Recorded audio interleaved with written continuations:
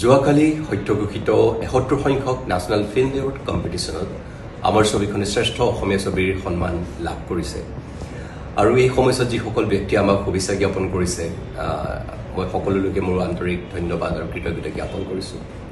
ৰঙাতপু ১৯৮২ ছবিখনৰ প্ৰত্যেকজন কলাকুশলী আৰু ছবিখনৰ গোটেই যাত্ৰাত যিসকল লোকে আমাক সহায় সহযোগিতা আগবঢ়াইছিলে পৰোক্ষ বা প্ৰত্যক্ষভাৱে প্ৰত্যেকজন ব্যক্তিক আমি অন্তৰৰ পৰা ধন্যবাদ জ্ঞাপন কৰিছোঁ।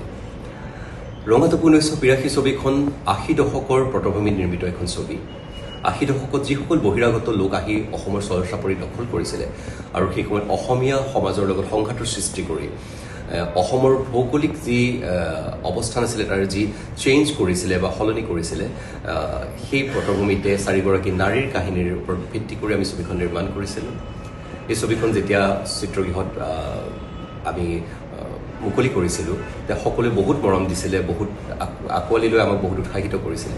গতিকে এই সময়ত সকলো প্ৰত্যেকজন চলচ্চিত্ৰপ্ৰেমী যোনে আমাক মৰম দিছিলে সকলোলৈকে ধন্যবাদ জ্ঞাপন কৰিছোঁ।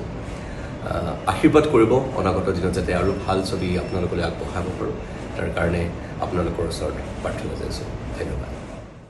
যোৱাকালি সত্যঘোষিত ৭১ সংখ্যক ন্যাশনাল ফিল্ম এৱাৰ্ড কম্পিটিশ্যনত আমাৰ ছবিখনে শ্ৰেষ্ঠ অসমীয়া ছবিৰ সন্মান লাভ কৰিছে আৰু এই সময়ছোৱাত যিসকল ব্যক্তি আমাক শুভেচ্ছা জ্ঞাপন কৰিছে মই সকলোলৈকে মোৰ আন্তৰিক ধন্যবাদ আৰু কৃতজ্ঞতা জ্ঞাপন কৰিছোঁ।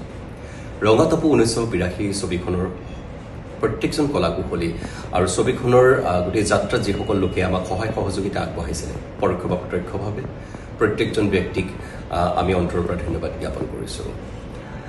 ৰঙাতপু ১৯৮২ ছবিখন ৮০ দশকৰ পটভূমিত নিৰ্মিত এখন ছবি।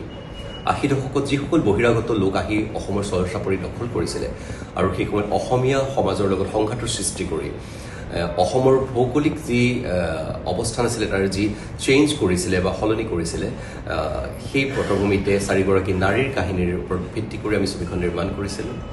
এই ছবিখন যেতিয়া চিত্ৰগৃহত আমি মুকলি কৰিছিলোঁ তেতিয়া সকলোৱে বহুত মৰম দিছিলে, বহুত আঁকোৱালি লৈ আমাক বহুত উৎসাহিত কৰিছিলে। গতিকে এই সময়ত সকলো প্ৰত্যেকজন চলচ্চিত্ৰপ্ৰেমী যোনে আমাক মৰম দিছিলে সকলোলৈকে ধন্যবাদ জ্ঞাপন কৰিছোঁ।